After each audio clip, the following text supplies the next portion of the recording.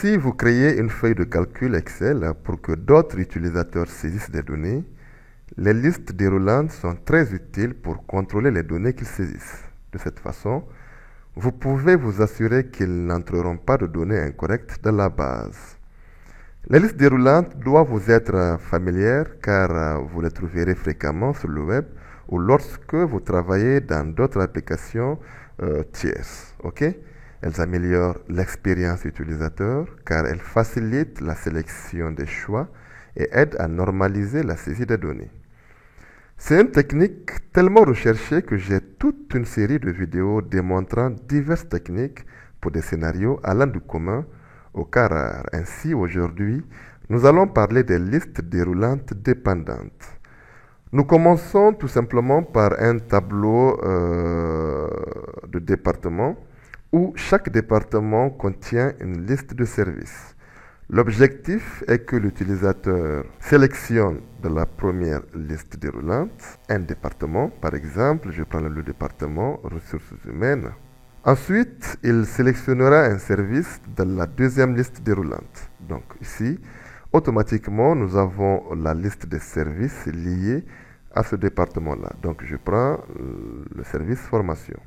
La clé ici est de n'afficher que les services associés au département sélectionné de la première liste déroulante. Par exemple, si je prends encore un autre département comme finance, automatiquement la liste que j'aurai de la seconde liste déroulante me proposera la liste des services du département finance. Par exemple, là, je prends la comptabilité. Ce qui est intéressant ici, dans toutes les approches possibles pour créer une liste déroulante dépendante, j'ai opté pour une approche qui est la mienne pour résoudre ce besoin.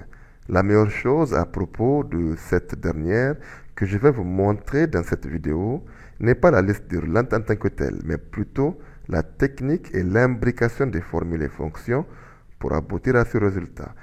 Pour cela, restez jusqu'à la fin de la vidéo pour ne rater aucune étape. Et je profite de cet instant-là pour vous demander de vous abonner si vous êtes nouveau sur la chaîne, puis de cliquer sur la petite cloche juste à côté afin de ne manquer aucune de nos prochaines vidéos.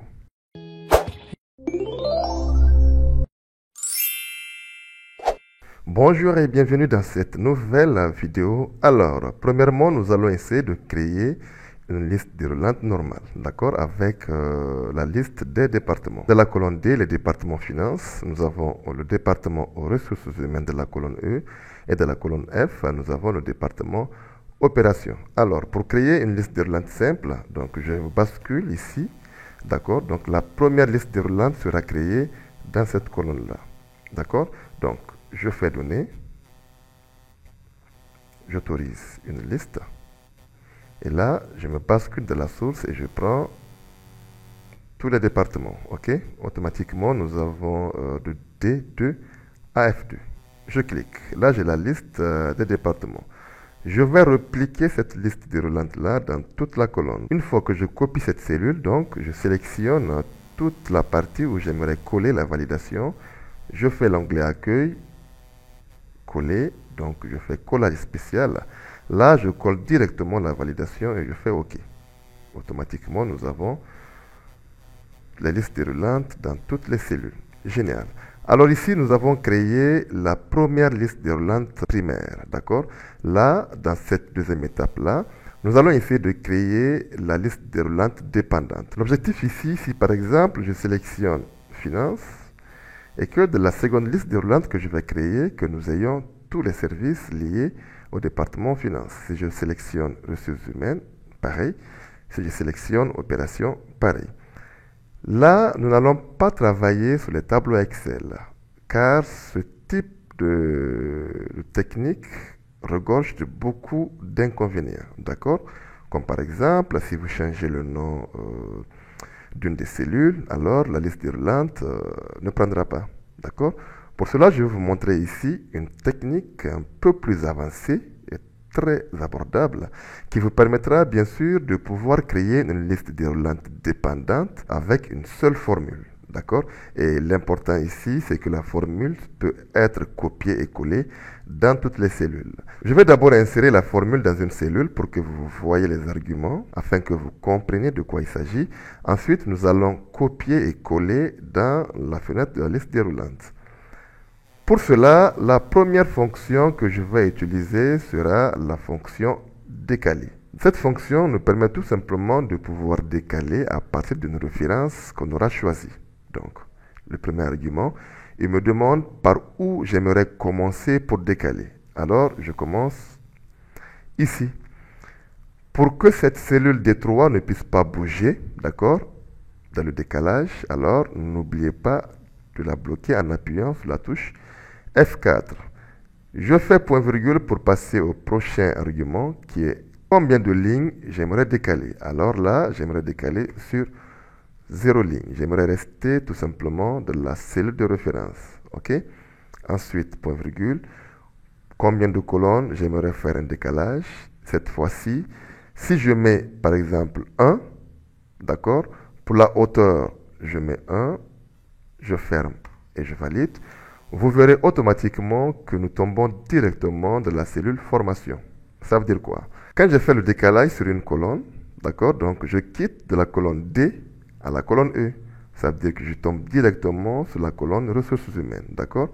Et par rapport à la hauteur, j'ai mis 1 parce que j'aimerais tout simplement renvoyer la cellule de la formation. Si je mets 2 par exemple, vous constaterez une erreur. Et là, quand je prends la formule automatiquement, j'appuie sur la touche F9. Là, nous avons deux cellules. Donc, la cellule formation et du moins le service formation et le service paie et solde. Si par exemple, là, je mets 5, je valide, je sélectionne ma formule, j'appuie sur la touche F9. Vous constaterez automatiquement que nous avons les 4 services du département ressources humaines plus un 0. Là, le 0 indique tout simplement que je dépasse le nombre de services du département finance. OK?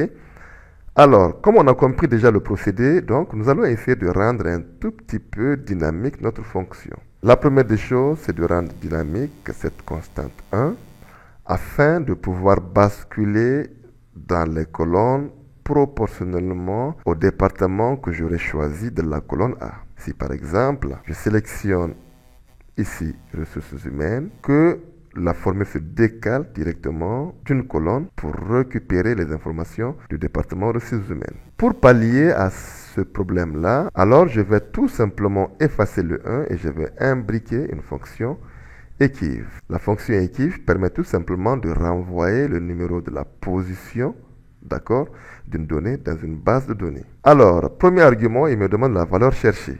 La valeur cherchée, c'est tout simplement cette cellule-là, ok? Ne la figez pas parce qu'une fois qu'on aura copié et collé la formule dans la liste déroulante, alors nous allons incrémenter cette liste déroulante-là. Donc la cellule A2 sera incrémentée jusqu'à la fin de la base, d'accord?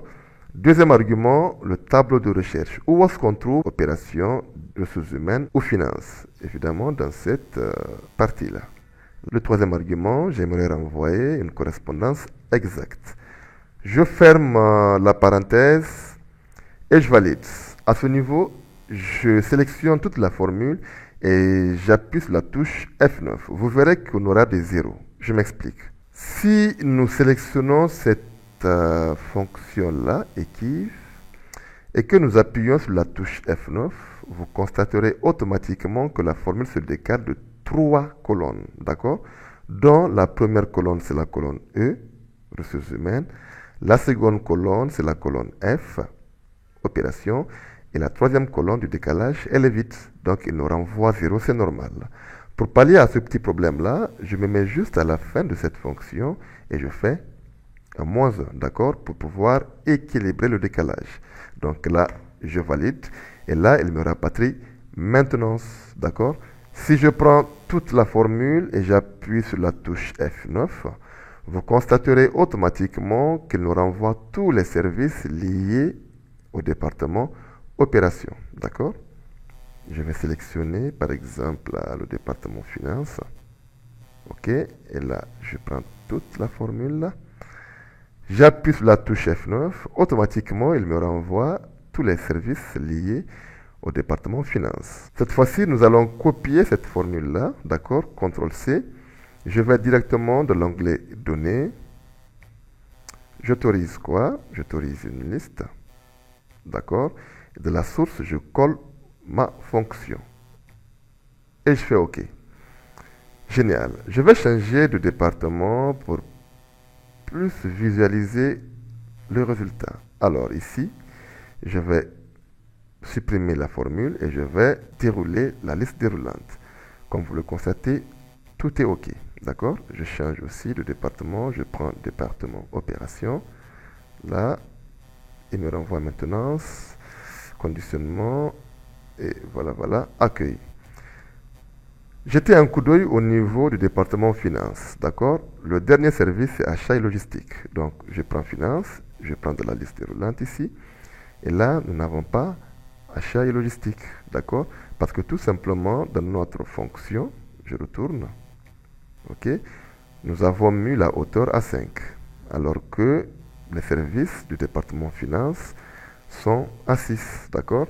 Si je prends par exemple la ressources humaines, là, je défile la liste roulante et là, j'ai vraiment du vide, d'accord? Et ce n'est pas professionnel. Le travail qui nous attend actuellement, c'est de pouvoir automatiser quoi? Automatiser cette constante de la hauteur là. D'accord?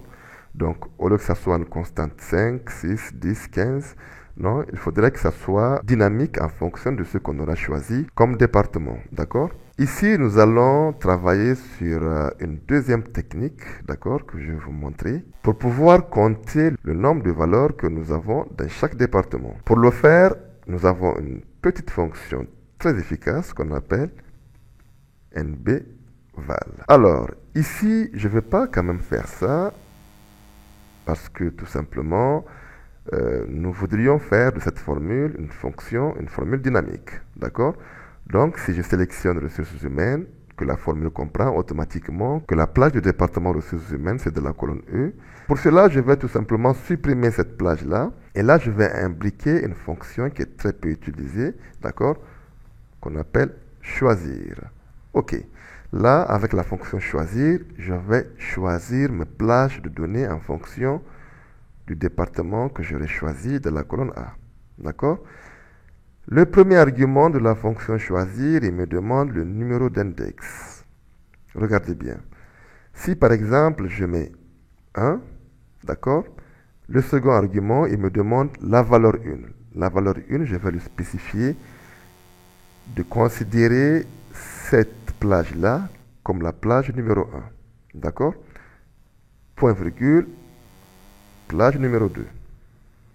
Point virgule, plage numéro 3. D'accord? Je ferme la parenthèse et je valide.